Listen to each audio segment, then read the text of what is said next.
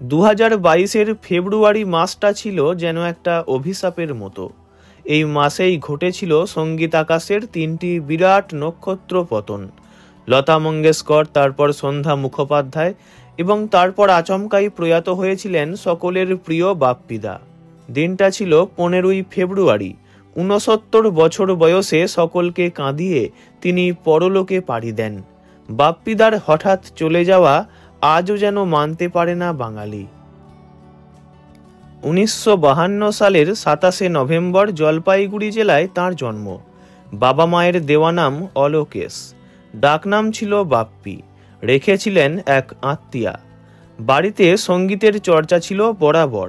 বাবা অপরেশ লাহিড়ী ও মা বাঁশুড়ি লাহিড়ী দুজনেই বাংলার সঙ্গীত জগতের পরিচিত নাম, তাই বাপ্পি লাহিড়ীর গানের হাতেখড়ি হয় বাড়িতেই। মাত্র 3 বছর বয়স থেকেই তবলা বাজাতেন। এরপর চোখে সোনালি স্বপ্ন নিয়ে 19 বছর বয়সে মুম্বাই পাড়ি দেন গায়ক। 1973-এ হিন্দি ভাষায় তৈরি নান্হা শিকারি ছবিতে তিনি প্রথম গান রচনা করেন। মাত্র 11 বছর বয়সে প্রথমবার গানের সুর দিয়েছিলেন তিনি। চলচ্চিত্রের জন্য প্রথমবার সুর দিয়েছিলেন 1972 সালের বাংলা ছবি দাদুতে। বলিউডে গানের জগতে বাপ্পিদাকে দারুণ সহায়তা করেছিলেন 3 জন বাঙালি।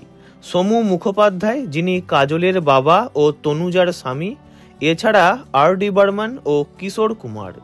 তাঁদের সহায়তাতেই ইন্ডাস্ট্রিতে পায়ের মাটি শক্ত করেছিলেন বাপ্পি লাহিড়ী। 80-র দশকে বলিউডের সঙ্গীত জগতের দিশা বদলে গিয়েছিল এই বাঙালির সুরেই। Disco dancer, Himmatwala, Sharaabi, adventures of Tarzan, dance dance, Satyamev Jayate, commando, সোলাওর শবনমের মতো পরপর সুপারহিট ছবির গান মাতিয়ে তুলেছিল সুরের মহলকে। তিনি পরিচিত হয়েছিলেন ডিস্কো কিং নামে। তবে রোম্যান্টিক গান থেকে শুরু করে ভজন, কাওয়ালি থেকে রাগাশ্রয়ী গান, সবেতেই ছিল অনায়াস যাতায়াত। 33টি ছবির জন্য 180টি গান রেকর্ড করে 1986 সালে গিনেস বুক অফ ওয়ার্ল্ড রেকর্ডে নিজের নাম তুলেছিলেন। 2020 সালে বাগি 3 ছবির জন্য শেষবার গান গেয়েছিলেন তিনি। গানটি ছিল ভঙ্কাস।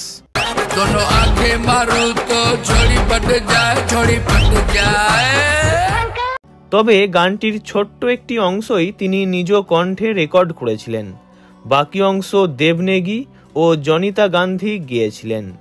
এই গানটির পর বাপ্পিদা আর কোনো ছবির গানের জন্য কাজ করেননি। শারীরিক অসুস্থতা থেকেই কাজের জগৎ থেকে নিজেকে গুটিয়ে নিয়েছিলেন। প্রয়াণের আগে প্রায় 1 মাস তিনি হাসপাতালে ভর্তি ছিলেন। তারপর অবস্ট্রাকটিভ স্লিপ অ্যাপনিয়াতেই তাঁর মৃত্যু ঘটে। এই ভিডিও দ্বারা ওনাকে জানাই আন্তরিক শ্রদ্ধা। ভিডিওটি ভালো লাগলে লাইক করবেন, অন্য কারো বিষয়ে জানতে কমেন্ট করবেন, আর এমনই সব ভিডিও পেতে চ্যানেলটি অবশ্যই সাবস্ক্রাইব করবেন। ধন্যবাদ।